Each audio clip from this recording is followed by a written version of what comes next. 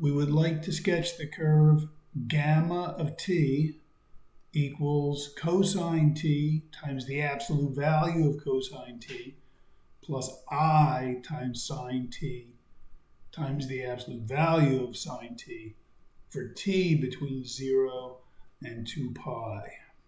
And the key is, well, there are two keys. One of them is the identity cosine squared t plus sine squared t is equal to 1.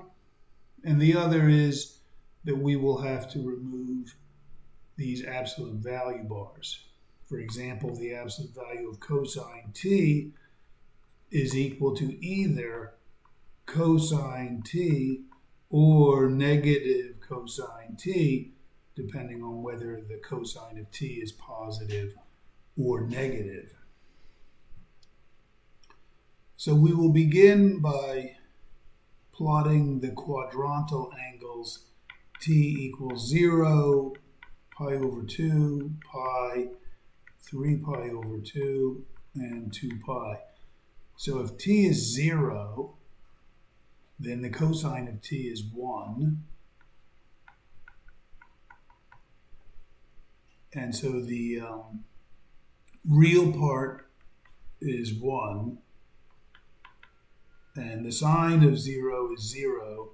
So the imaginary part is 0. So if t is 0, we have the point gamma of t is just equal to 1. That's the real number 1, which is this point here. And then if t is pi over 2, the cosine of pi over 2 is 0, and the sine of pi over 2 is 1. And so gamma of pi over 2 is 0 plus I times 1, which is I, which is here.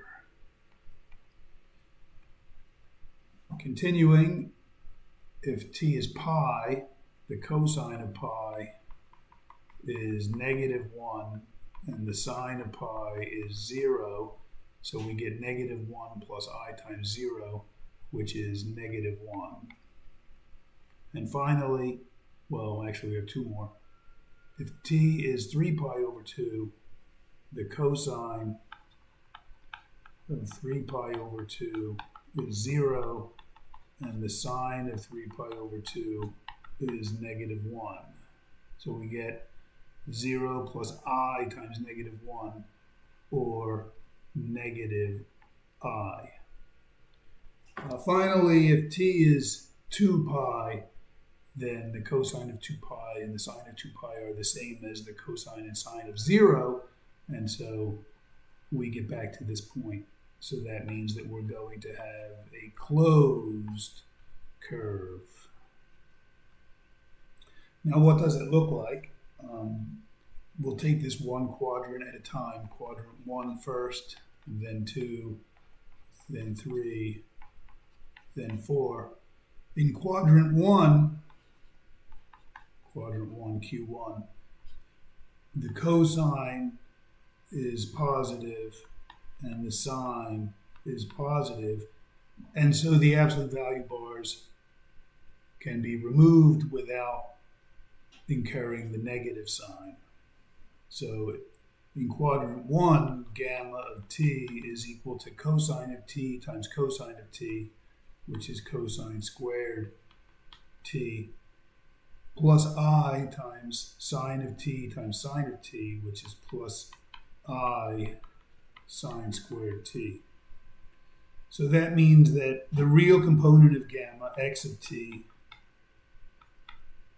plus the imaginary component, y of t, when you sum the x and the y, you get sine squared plus cosine squared, which is 1. So x plus y is equal to 1. And that's a line in the xy plane. The line, if we write it in the mx plus b form, y equals negative x plus 1. So it has a slope of negative 1 and a y-intercept of 1. So a slope of -1 and a y-intercept of 1 looks like this. So we get a line segment from 1 to I joining these 2 points in the complex plane. Let's look at quadrant 2. In quadrant 2, the cosine is negative and the sine is positive.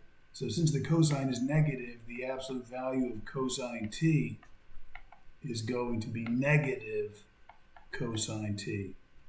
So that means the gamma of t is negative cosine squared t, because it was cosine times negative cosine, and then plus I times sine squared t.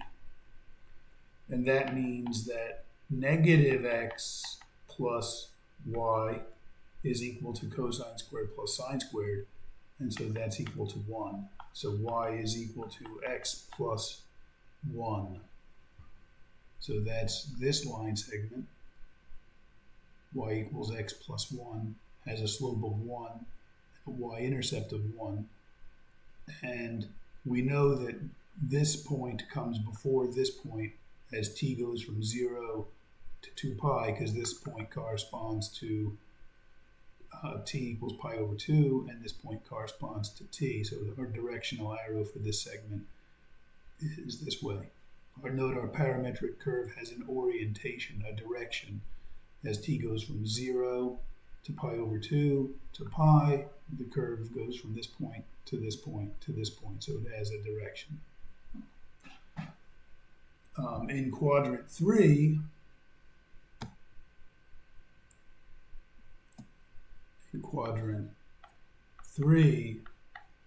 the cosine is negative and the sine is negative, so that means the absolute value of cosine t is negative cosine t, and similarly the absolute value of sine t is negative sine t, and that means that gamma of t is negative cosine squared t minus I sine squared t, and that means that x plus y is equal to -1. Negative cosine squared minus sine squared is equal to -1. Or in other words, y equals negative x minus 1. So we have a slope of -1 and a y-intercept of -1. So let's draw that. From this point, we have a slope of -1 and a y-intercept of -1. So we can see that we have 3 sides of the square here, and our guess would be that in quadrant 4, we will complete this square. Let's double check. In quadrant 4, the cosine is positive and the sine is negative.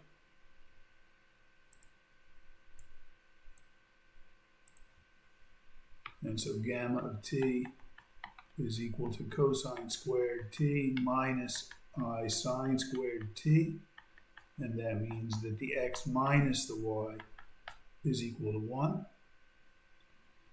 And so that means that y is equal to x minus 1. So we have a slope of 1. That's a positive slope with a y-intercept of -1. And that is exactly the line segment that we drew here. So this is the curve gamma of t as t goes from 0 to 2 pi. We have a square.